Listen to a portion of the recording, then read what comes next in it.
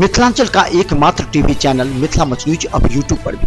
आप यूट्यूब पर Mithila much news subscribe कर न्यूज के लिए रहे अपडेट। इसके अलावा पोर्टल पर www.mithilamachnews.com पर भी दिन भर की खबरें ब्रेकिंग के साथ।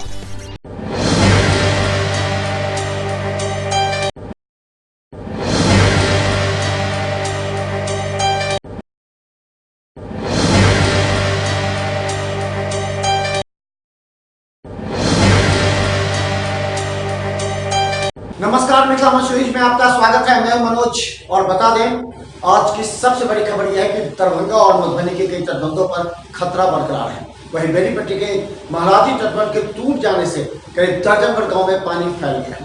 बाढ़ का लगातार खतरा होने से मुख्यमंत्री नीतीश कुमार लगातार कैबिनेट की बैठक कर रहे हैं। जल संसाधन मंत्री संजय झा भी लगातार संपर्क में है और हम संजय झा से भी संपर्क बनाकर रख रहे हैं। और हम बता दें जिला प्रशासन राज्य सरकार के सहयोग से कम्युनिटी किचन सभी जगह लगातार खोल रहे हैं। दरभंगा में जहां 100 कम्युनिटी किचन खोलने की बात की गई, वहीं मधुबनी में लगातार 100 किचन चल रहा है। लेकिन इसके बाद बता दें मुख्यमंत्री नीतीश कुमार हवाई सर्वेक्षण कर फारबिसगंज से लेकर के मधुबनी कई क्षेत्रों का उन्होंने दौरा किया और इसके बाद उन्होंने बताया कि लगातार पानी से खतरा कई इलाकों में फैल रहा है और उसके लिए राज्य सरकार लगातार कार्य कर रही है। मुख्यमंत्री नीतीश कुमार ने बाढ़ से संबंधित उच्च स्तरीय समीक्षात्मक बैठक के बाद दरभंगा, मधुबनी, शिवहर, सीतामढ़ी एवं मोतिहारी के बाढ़ प्रभावित इलाकों का विस्तृत हवाई सर्वेक्षण कर स्थिति का जायजा लिया। मुख्यमंत्री ने बाढ़ प्रभावित सभी क्षेत्रों में राहत एवं बचाव कार्य तेज करने का निर्देश दिया। राहत एवं बचाव कार्य के लिए एनडीआरएफ और एनडीआरएफ की टुकड़ियां तैनात की गई हैं।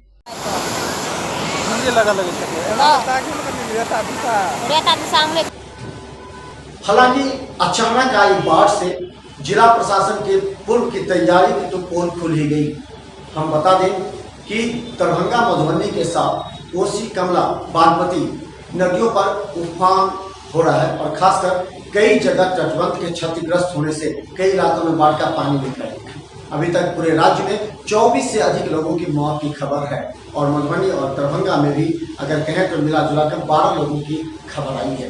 हालांकि जिला प्रशासन ने अभी मात्र 5 लोगों की पुष्टि की है, लेकिन स्थिति काफी भयावह हो गई है और धीरे धीरे अगर राज्य सरकार सभी तटबंधों की सुरक्षा के दृष्टिकोण से काम नहीं करेगी तो इस बात से इनकार नहीं किया जा सकता है कि एक त्राहिमाम का संदेश जनता के साथ राज्य सरकार भी केंद्र सरकार को भेजेगी। हालांकि इस पर कार्य चल रहा है और मुख्यमंत्री लगातार कैबिनेट की बैठक कर खुद मॉनिटरिंग कर रहे हैं। कई जिलों के जिलाधिकारी भी मॉनिटरिंग कर रहे हैं। बताते चले कि 3-4 दिनों से नेपाल के तराई इलाके में पिछले वर्षों के 50 मिलीमीटर औसत वर्षापात की तुलना में इस वर्ष 280 से 300 मिलीमीटर पानी बढ़ा है और बहुत ज्यादा वर्षा होने के कारण बाढ़ की स्थिति उत्पन्न हुई है। मुख्यमंत्री ने आवश्यकता अनुसार रिलीफ कैंप और कम्युनिटी किचन की समुचित व्यवस्था करने का निर्देश दिया है। उन्होंने भोजन की गुणवत्ता और साफ सफाई पर समुचित ध्यान रखने का भी निर्देश दिया। मानव एवं पशु दवा की समुचित व्यवस्था के साथ साथ पशुओं के लिए चारा इत्यादि की भी समुचित व्यवस्था के लिए निर्देश दिया है। मुख्यमंत्री संपूर्ण स्थिति पर स्वयं नजर बनाए हुए हैं और बाढ़ प्रभावित क्षेत्र में प्रभावकारी कार्रवाई की जा रही है। सर्वेक्षण के दौरान जल संसाधन मंत्री संजय झा, मुख्य सचिव दीपक कुमार, जल संसाधन विभाग के अपर मुख्य सचिव अरुण कुमार एवं आपदा प्रबंधन विभाग के प्रधान सचिव प्रत्यय अमृत उपस्थित थे। लेकिन अब सवाल यह है, अगर तटबंध को सही तरीके से पहले तैयार किया जाता, निरीक्षण किया जाता और उसको पूरी तरह से मरम्मत की जाती तो हमें नहीं लगता है कि इस तरह की हालात जो अभी उत्पन्न हुई है वो हो।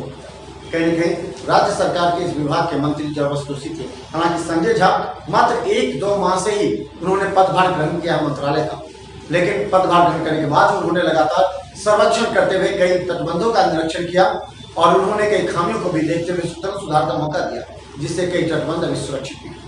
तो मिथिला मच न्यूज के कार्यक्रम से दीजिए इजाजत, लेकिन हर अपडेट खबर आप मिथिला मच न्यूज पर देखने के लिए हमारे YouTube चैनल को जरूर सब्सक्राइब करें, बेल आइकन दबाएं और शेयर करें ताकि हर खबर आप तक पहुंचाए।